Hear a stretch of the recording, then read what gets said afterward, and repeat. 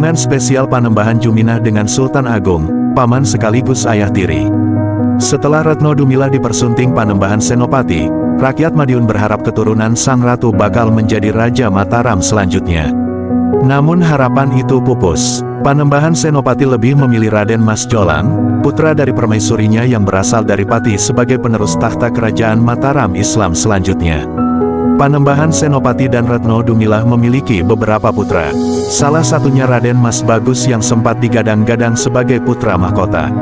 Alih-alih menjadi raja, setelah beranjak dewasa, Raden Mas Bagus yang bergelar Pangeran Balitar pertama justru ditunjuk Senopati untuk meneruskan kiprah saudaranya yang wafat, Pangeran Pringgalaya sebagai Bupati Madiun. Kakek Pangeran Balitar pertama dan Pangeran Pringgalaya adalah Pangeran Timur, Bupati pertama Madiun yang berkuasa di bawah kekuasaan Kesultanan Pajang. Pangeran Balitar pertama menjabat Bupati Madiun selama 13 tahun mulai 1601 sampai dengan 1613. Jabatan ini membuat ia mendapat gelar baru, yaitu Pangeran Adipati Juminah Petak Adipati Mangkunegara. Satu kemungkinan ia menjabat Bupati Madiun dalam waktu yang hampir bersamaan dengan kenaikan tahta saudaranya dari lain ibu, yaitu Raden Mas Jolang sebagai Raja kedua Mataram dengan gelar Panembahan Hanyakrawati. Panembahan Hanyakrawati memiliki putra bernama Raden Mas Rangsang yang kelak menjadi Raja ketiga Mataram dengan gelar Sultan Agung Hanyakrakusumo. Juminah memiliki hubungan yang sangat dekat dengan Sultan Agung. Keakraban hubungan paman dan keponakan ini dibuktikan dengan beberapa tahun setelah ayahnya wafat, Sultan Agung menikahkan ibunya yang menjanda, Ratu Mas Hadi dengan Pangeran Adipati Juminah. Dengan pernikahan ini, gelar Juminah naik lagi menjadi Panembahan. Nama itulah yang kita kenal sekarang sebagai Panembahan Juminah, putra Senopati yang dimakamkan di Giriloyo, Bantul, daerah istimewa Yogyakarta. Setelah ayahnya Hanyakrawati wafat saat berburu di hutan Krapyak, Raden Mas Rangsang naik tahta pada tahun 1613 dengan gelar Panembahan Hanyokrokusumo atau Prabu Pandita Hanyokrokusumo. Pada tahun 1624 setelah berhasil menaklukkan Madura, sang raja mengganti gelarnya menjadi Susuhunan Agung Hanyokrokusumo. Kemudian pada sekitar tahun 1640-an, gelarnya diganti menjadi Sultan Agung Senapati Ing Alaga Abdurrahman. Juminah mendapatkan gelar Panembahan sekitar tahun 1624. Gelar bangsawan yang lebih tinggi itu setelah Sultan Agung berhasil menaklukkan kerajaan Surabaya dan Madura. Di sekitaran tahun ini pulalah kemungkinan Sultan Agung menikahkan Juminah dengan ibu kandungnya, janda Panembahan Hanyakrawati. Susuhunan, juga dikata Sunan. Gelar Sunan juga dipakai pemimpin agama Islam dan Raja Islam di Giri Kedaton, dalam hal ini setara dengan sebutan Sultan. Setelah perjanjian Giyanti yang memecah Mataram menjadi dua kerajaan, Susuhunan merupakan gelar khusus bagi para penguasa Surakarta, sedangkan para raja dari Yogyakarta, yang juga keturunan dari Mataram memiliki gelar Sultan. Sedangkan Panembahan merupakan gelar bangsawan ningrat Jawa yang artinya orang yang disembah atau sebagai junjungan, berasal dari kata manembah artinya menyembah. Umumnya gelar Panembahan levelnya berada di bawah gelar Sunan. Gelar Panembahan ini berada satu level di atas gelar Pangeran. Sebagai salah satu bangsawan terpandang di Mataram, Panembahan Juminah tercatat pernah ikut terlibat dalam banyak pertempuran. Catatan sejarah menyebutkan ia ikut bertempur melawan Tuban pada 1619 dan puncaknya ikut dalam 2 kali serangan Mataram ke Batavia. Namun, Juminah ikut dalam serangkaian pertempuran besar ini sebagai kerabat dekat raja, bukan sebagai panglima perang yang benar-benar dapat diandalkan. Kegagalan serangan ke Batavia pada 1628 dan 1629 tak berpengaruh apapun terhadap Panembahan Juminah. Posisi dan kedudukannya tetap aman di Keraton Mataram. Kondisi ini berkebalikan dengan tokoh-tokoh yang tidak begitu tinggi kedudukannya dan gelarnya tidak begitu mentereng, mereka dihukum mati oleh Sultan Agung.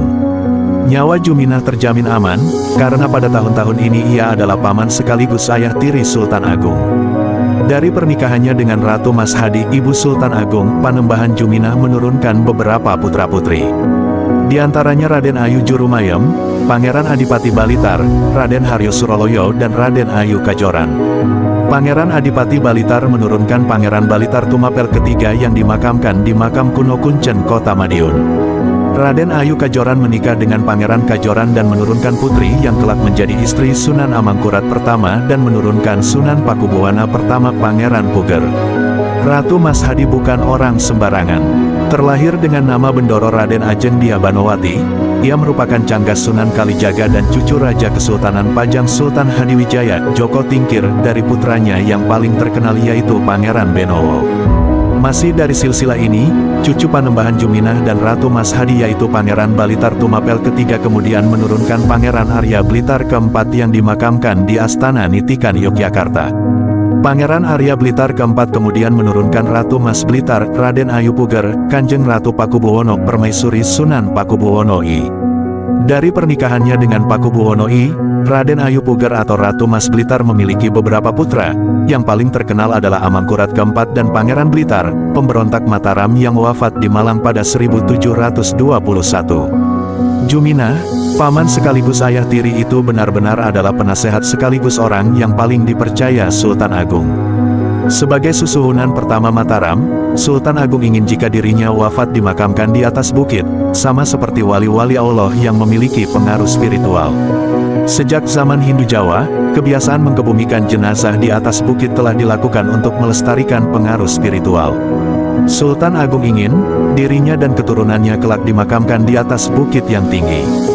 Sultan Agung menyerahkan pembangunan makam baru di atas bukit itu kepada Panembahan Juminah.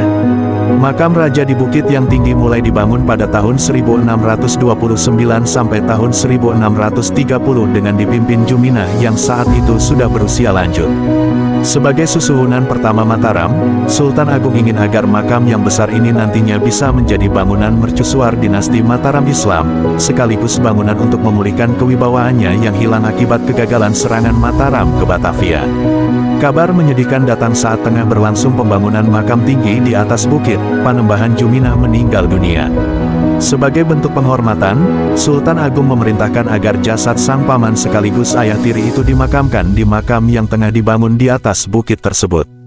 Di kemudian hari makam tersebut dikenal dengan nama Makam Giriloyo.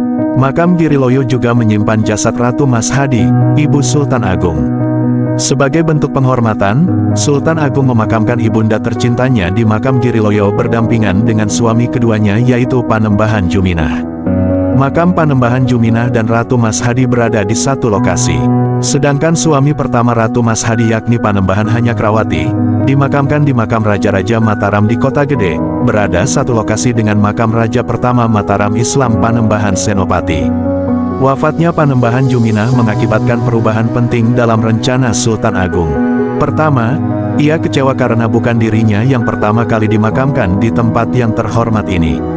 Sultan juga menganggap makam yang tengah dibangun itu terlampau kecil bagi dia dan keturunannya. Beragam alasan itu kemudian mendorong Sultan Agung untuk membangun makam baru lagi yang letaknya berdekatan dengan makam Giriloyo, yaitu Imogiri. Di makam Imogiri ini, Sultan Agung menjadi orang pertama yang dimakamkan. Demikian, semoga bermanfaat dan menghibur. Salam Nusantara.